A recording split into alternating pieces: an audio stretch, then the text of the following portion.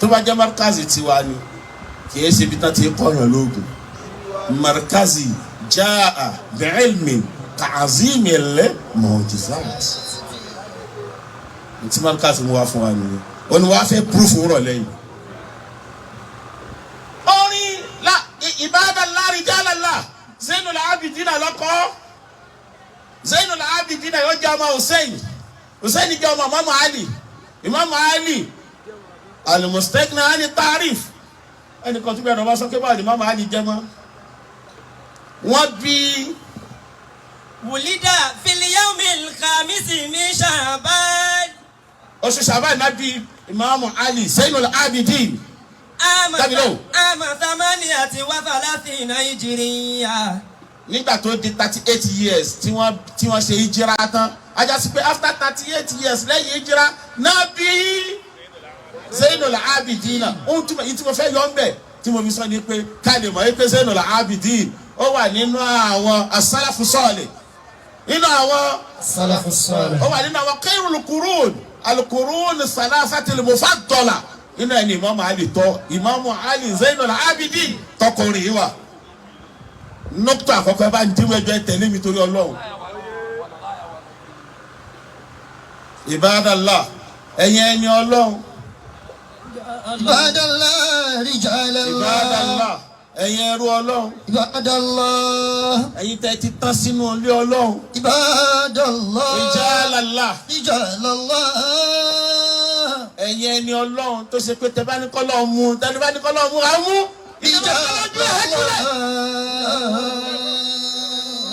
Mo pè yín o ya mo pè yín àyínú bí àwọn oníwà. ẹ sọ̀kalẹ̀ ẹ wá ràn wá lọ́wọ́. àyínú bí àwọn oníwà. orin yìí sẹ̀ bàtí ń kọ́ Adébáni ẹni tó kọ́ ní Imam Ali kí ni ìṣepọ̀ tó wà láàrin àwọn àtòrí yìí alakọ́tùnà bí àárẹ̀ ìlọ́kọ̀síyà ìṣepọ̀ tó wà láàrin Mọ̀lánà Sheikh Shazili àti orin àti gbogbo àwọn ọmọ kéwù wọn wọ́n ní pé orin yìí ó jẹ́ kan nínú àwọn al-anashidul markaziyyatul mutriba ó jẹ́ kan nínú orin tá fi kọ́ wa tí markazi fi kọ́ Sheikh Shazili táwọn Sheikh Shazili fi kọ́ àwa a túmọ̀ sí pé orin ní kan ṣe papọ̀ pẹ̀lú manhaji wa ní markazi Ali Zainul Abidin lọ́kọ́ markazi lọ́kọ́ wa Sheikh Shazili ló gbé sáyé. Ibadallah rijalallah a'inuna bi awnillah wa kunu awnana billah asana bi fadlillah bi Qur'ani wa Jibrili wa Tawrati wa Injili wa ma fi ayyi tanzili a'inuna bi awnillah.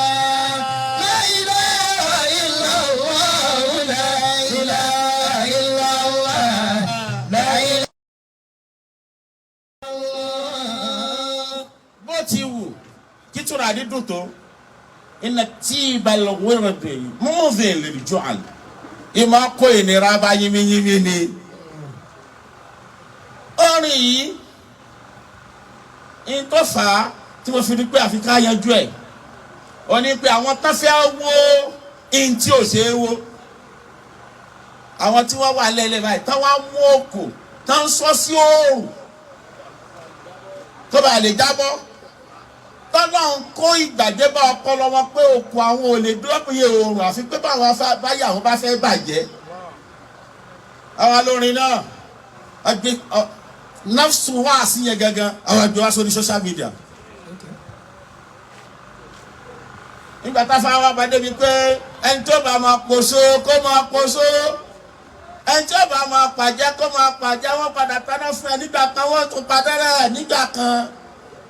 Àmẹ́bí asọ́bọ̀ tí wọ́n sọ lẹ́nu wọn pé àwọn bá dùn láì tí wọn náà ń pè yín ń kọ́.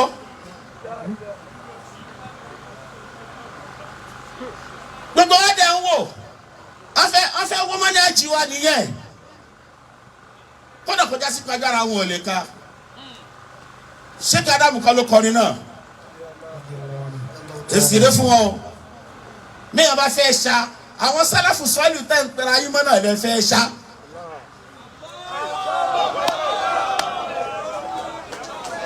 àwọn akọ́ lè fẹ́ ṣá àṣẹ ṣá. mẹ́sẹ̀gì ni ṣé kí Ádámù kọ́ ló kọ́ ṣé o ṣáàṣì ní kọ́ ló kọ́ àgbà ṣé o ṣáàṣì ní balẹ̀ ṣé kí Ádámù balẹ̀ ni àmọ́ iná tuyúra aláṣìkàlẹ̀ àtàkà ẹ̀mí àwọn ẹni ọlọ́run sọmọ yìí pé wọ́n ti sọ fún wa yìí pé innal arwaha la ajnadun mujannada ma ta'arafa minha i'talafa wa ma tanakara minha ikhtalafa. Zainul Abidin ló kọrin nù.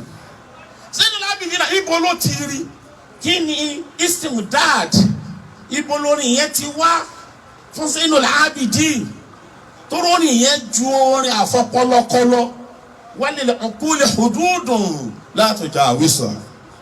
Táyà bá kọrin tó bá fi làákàyè kọ gbogbo àwọn onílàákàyè dàbọ̀ pé làákàyè ló bí eléyìí. Bí yẹn bá kọrin tó bá wá láti inú ẹ̀mí gbogbo àwọn ẹlẹ́mìí ọmọ ẹgbẹ́ orin ẹ̀mí lélẹ́yìí. Orin eléyìí tayọ fọ́pà ìtàràkàtì ní bàṣà. Orin kan tó lọ wá ní mishkati nubuwa. Ó ní wọ́n ti mú orin yẹn.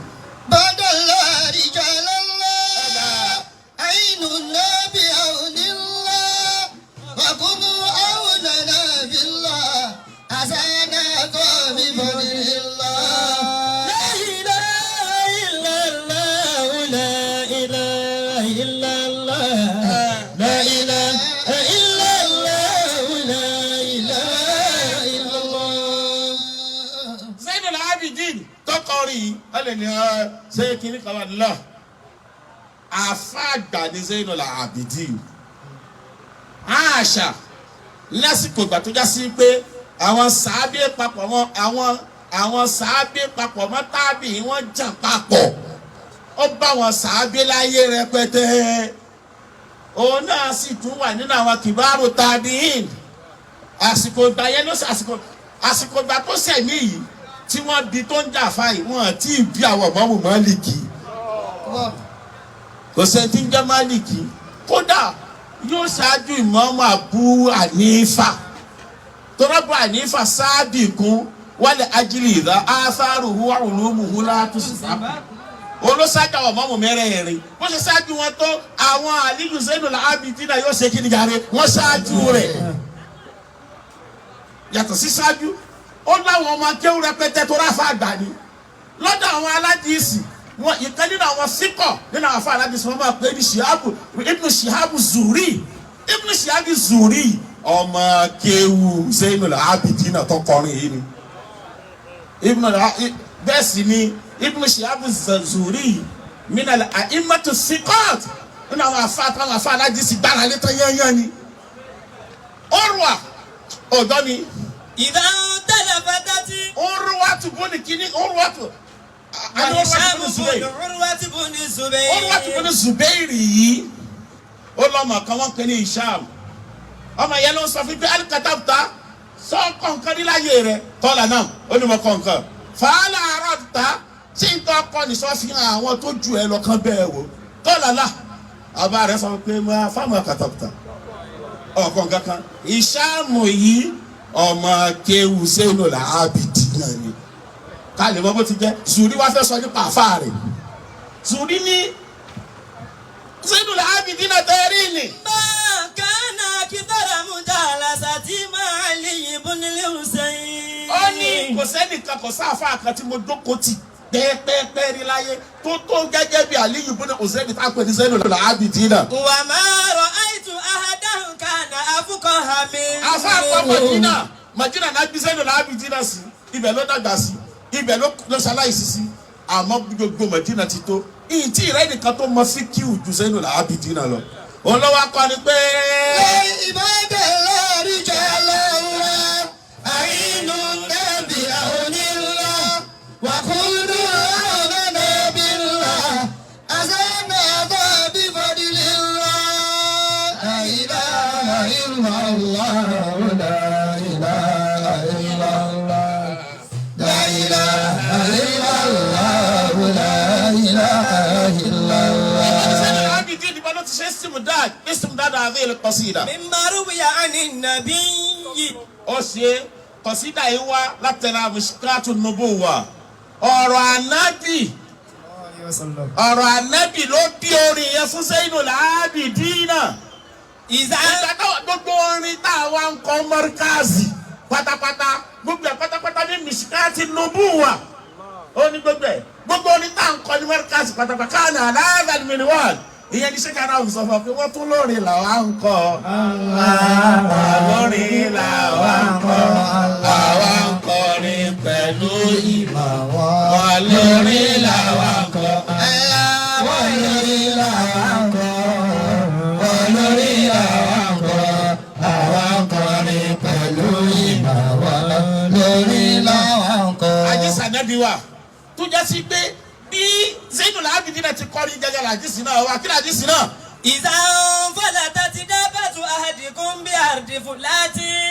Àdìsí náà ń sọ fún wa yìí pé ìjọkíjọ mùsùlùmí òdodo tẹ́ bá ń bẹ nínú aginjù pápá kan láyé ìgbà tí wọ́n ń gun ẹṣin tí wọ́n ń gun ràkúnmí tí wọ́n ń gun kẹ́tẹ́kẹ́tẹ́ ẹ wá gun kẹ́tẹ́kẹ́tẹ́ yìí lọ nú aginjù gbó ọ wá sọnù wáyé lọ́wọ́ ń bẹ̀ ẹ ní kẹ́tẹ́kẹ́tẹ́ yín mọ́ lẹ́nìí o páàkì mọ́tò rẹ̀ síbi kan àwọn olè bá gbé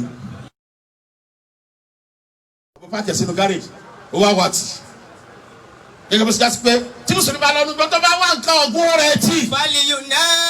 Fàlìyùnáàdì àdìsílẹ̀ ni pé ẹrú ọlọ́run náà kó bẹ̀rẹ̀ sí ni máa pariwo kó máa kíbò sí tòyí pé. Ya ibadallah. Ya ibadallah. Bisu alayya. Ya ibadallah. Ya ibadallah. Ya ibadallah. Ìtẹ̀bárí lọ́lọ́run rí. Ya ibadallah. Ọlọ́run sọ. Ya ibadallah. Bisu alayya. Ní ti ń sá lọ tí ìmọ̀bi tó wà ibikíbi tó bá wà ẹ̀ dé bọ́lẹ̀ síbẹ̀ fún mi ń bẹ̀. Fa inna lillahi fil ardi hadira. Aláàfin nítorí wípé àwọn ẹ̀dá kan bẹ tí wọ́n ń bẹ pẹ̀lú yín gbogbo ìgbà. Sayahbisuhu alaykum. Ibi ìràkún yín bá wà wọ́n lọ́ba ayé sọ́mọ́lẹ̀ wọ́n sì wọ́n bá yín láti bẹ̀. Àdìsá nábì ni. Ìbáwọ́dé. Ìsọ́lẹ̀. Rawahu Tabarani wa Abu Ya'la fi musnadihi. Ìmọ̀ ní Markazi o. Kìí sá ìmọ̀ kan o. Kìí sì ṣoògùn là ń kọ́ mbẹ̀. Markazi oh no. Yakumullah. Má jẹ ìyà. Rawahu Tabarani. Tabarani ló gba àdìsí yẹn wá. Wa Abu Ya'la fi musnadihi. Àti Abu Ya'la. Wa an Ibn Saniyyi fi amalil yawmi wal layl. Ibn Saniyyi gba nínú àtìrà rẹ̀ kan tó pè ní kíni jàre. Amalul yawmi wal Amalul yawmi layl. wal layla. Rawahu kulluhum marfu'an min hadith Gbogbo wọn gbà wá. Mas'ud. Kèésì àdìsí mawqufu. Kèésì ṣe màkìtún. Àdìsí marfu' ni. Gbogbo wọn gbà nígbà pé ànábì ló sọ bẹ́ẹ̀. Illa annahu hadithun da'if. Ẹ gbọ́ dada. Ẹnu máa pé wọ́n ní àdìsí dọ̀yìfù ni. La taqumu bihi hujjatun. Tá a lè fi ṣe hujja. Ṣé ni pé ló tọ́ nìyẹn? Àdìsí dọ̀yìfù ni. Àwọn àti gbọ́ àdìsí dọ̀yìfù ni. Lẹ́yìn eléyìí, sàábẹ̀ bíi tún dá wa. Rawahu Tabarani aidan an Utbata bun Gazawani. Ó tún gbà wá An yí pé. nabiyyi annahu qala iza dalla ahadukum shay'an. Tí ẹnìkan bá sọ nǹkan nínú yín, bóyá owó sọnù lọ́wọ́ ẹ̀, bóyá ọmọ ẹ̀ sọnù, bóyá kìnnìkan sọnù. Nìṣọ́lẹ̀. Arada ahadukum kawthan. Àbẹ́nìkan ó wá nù nira, ìwọ wá ràn lọ́wọ́. Wa huwa bi Ìwọ ẹni tí ó dà òun, ìwọ ẹni tí ó là òun, kò sì sẹ́bi rẹ̀ bẹ̀, kò sára rẹ̀ bẹ̀, kò sọ́bọ̀kẹ́wù rẹ̀ bẹ̀. wa huwa bi ardin laysa bi'ani. Kò sẹ́ni kankan tó lè dá lẹ̀ bẹ́ẹ̀. Falyaqul ya ibadallahi aghithuni.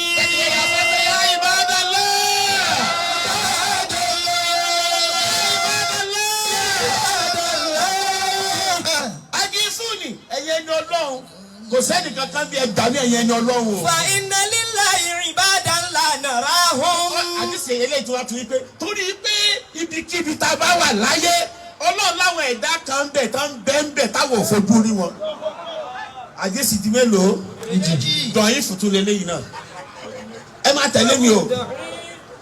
títún ni. حدثنا يزيد بن هارون ẹlẹ́kẹ̀tẹ̀rẹ̀ wáyé ẹlẹ́kẹ̀ta rè. قال Yazid ibn Harun ló gbà yẹn wá. أخبرنا محمد بن إسحاق Muhammad ibn Ishaq ló ka àfitì أن sínú àfúwà. أبان بن صالح أن رسول الله قال ipe ànábì sọ yìí pé إذا نفرت دابة أحدكم أو بعيره بفلات من الأرض ipe tí ràkúnmí yín mọ́tò yín kẹ́tẹ́kẹ́tẹ́ yìí tó bá sọnù sínú aginjù pápátá ẹ̀ mọ́bi tó wà mọ́. لا يرى بها أحدا láàyò kí ni. لا يرى بها أحدا kò sẹ́ni kankan bẹ̀ ẹ̀yin atọ́lọ́ nìkan ló kù kò sẹ́ni tó lè gbà yín. فليقل ó ní kẹ́ ẹ máa sọ tó bá ti rí bẹ́ẹ̀. أعينوني عباد ṣẹjọ. الله ṣẹjọ.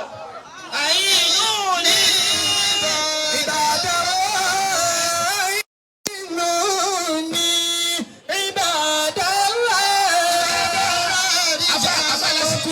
fẹ́ ti ní fa message. أعينوني عباد الله ẹlẹ́kẹta ni ẹ o ní àyínúni ibadallah ẹ̀yẹ́ ni ọlọ́run.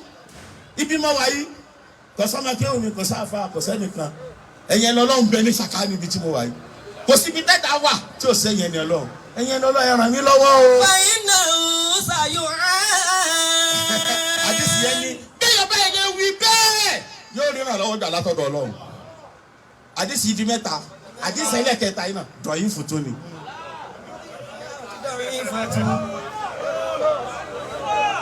dọ̀yìn fòtó ni ṣé ń tẹ̀lé mi. ọ̀ya ẹjẹ́ àwọn akọ́lọ́gbọ̀ àdìsí mẹ́tẹ̀ẹ̀ta yìí àdìsí mẹ́tẹ̀ẹ̀ta yìí ẹ jẹ́ ká jà papọ̀ ká kọ́ lọ sọ́dọ̀ àwọn àfọ onímùsítọ́láwù